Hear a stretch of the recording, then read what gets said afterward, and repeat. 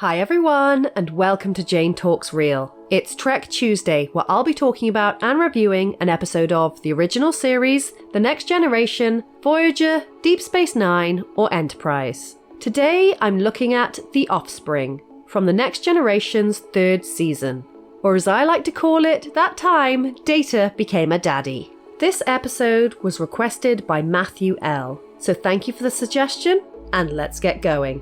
We begin the episode with Enterprise off charting some asteroid belt, while in the corridor, Wesley, Geordi, and Deanna talk about Data's strange behaviour since he came back from a cybernetics conference. They find Data playing with a foot, and the Borg Queen's lift comes down to reveal Data's creation, Lal, which refers to him as father. Lal is my child. And into the credits we go. Picard is not pleased that Data has created life without consulting him. I have not observed anyone else on board consulting you about their procreation, Captain. Deanna asks why it looks like a robot, and Data explains he wants Lal to pick their own gender and aesthetic. And Picard steals her away, pissed that Data's thing is not a real child. He tells Data off for not telling anyone what he was doing, and that Starfleet will be super mad about it, while Data can't see what he's done wrong, as, in his eyes, he's simply become a parent. Facepalm. Data explains that he's felt concern being the only one of his kind, and wanted to continue his race in case he's ever damaged or destroyed. I am prepared to accept the responsibility. Lal points out people's gender as they go down the corridor and decides they want to look just like Deanna. No, Lal. That would be confusing. And Data takes them to the holodeck, Sleepy Troy, where Lal has narrowed down thousands of potential options to 4. They are an Andorian female, although why is her skin green? Andorians are blue. Human male, human female, or Klingon male. And this whole thing gives me very Zoidberg picking a new shell vibes. Lal makes their choice and her new look is revealed, although I wouldn't have gone with that hairstyle. And Data shows her around her new home. Smell! Yes. Show me more, Father. She's a little awkward, and her reflexes need work, but she works really hard and starts to learn. Wesley suggests Data put Lal in school, but she's got a lot of difficult questions about her purpose and herself. Why do we have 2 hands? Why not 3 or 4? So Data turns her off for the night. Picard chats with Admiral What's-His-Face, who wants to take Lal off Enterprise and away from Data, but Picard pushes back, saying it's not fair to take Data's child away from him. Lal isn't doing good in school, her test scores are perfect, but the kids are scared of her, and Data has to explain to her that the kids have been laughing at her, not with her.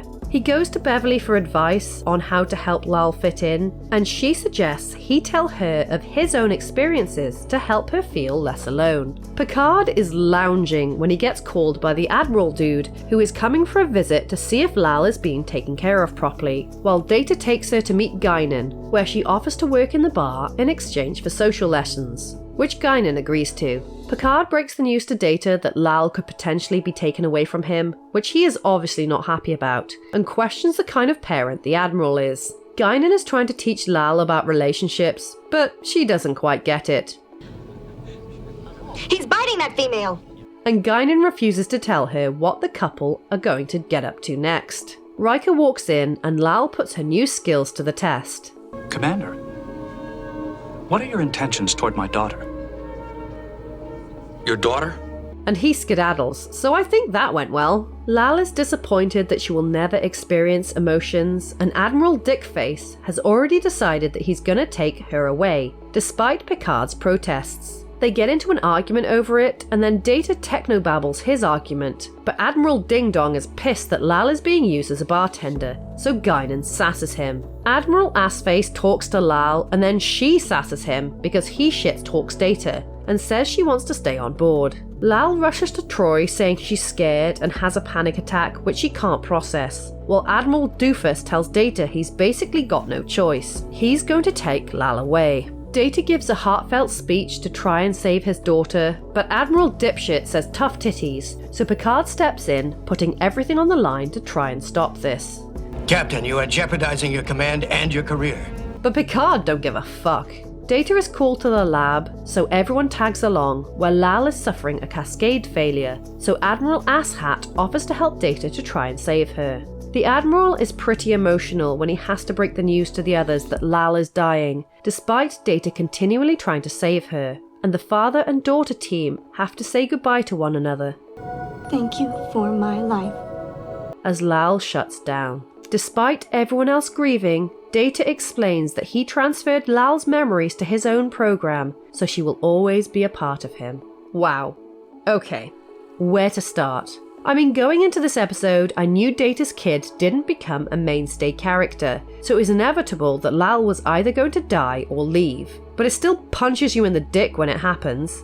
But I'm getting ahead of myself. Let's start at the beginning. When the episode started, I wasn't sure if I was going to be invested in it. I mean, the idea is great, and it's an interesting debate between Picard's view of it being wrong to be so cavalier about creating life without telling everyone, and Data simply thinking of himself as a parent. But it was a lot of back and forth talk about something that looked like the love child of C-3PO and Satan's robot. But as Lal grows and develops as a character, I found myself drawn more and more into the story, and the actress did a great job portraying a life form, learning to adapt to the world, and trying to be more human. Although the robot walk was a little silly. This episode felt a little iBorg, but instead of a drone, it's the rights of an android, actually 2 androids, that is in question. And it's an interesting look at how Data as a character has a desire to be a parent and has a connection to the life he's created, while still being emotionally limited by the parameters of his program. The Admiral character was a bit one-dimensional throughout, so while his emotional speech at the end was a great moment, it did seem like it came out of nowhere. I like the journey Picard goes on in this episode, going from being annoyed and detached to defending Data and his creation, and it's very telling that he yells that Lal is not a child at the beginning, only to calmly refer to her as one later on. Comparing this to iBorg, I preferred that one. It affected me more, but The Offspring still touched me and came with just the right amount of humour that made the whole thing an enjoyable watch. So there you have it. That was The Offspring. If there's an episode of Star Trek you'd like me to cover, pop it down in the comments below, or come say hi on social media. If you enjoyed this video, then please hit that like button, it really does mean a lot, or consider subscribing if you want to be assimilated into my channel. Alternatively, feel free to check out my other YouTube channel, Jane Plays Games Badly. Thank you so much for watching, I'll speak to you soon, and live long and prosper.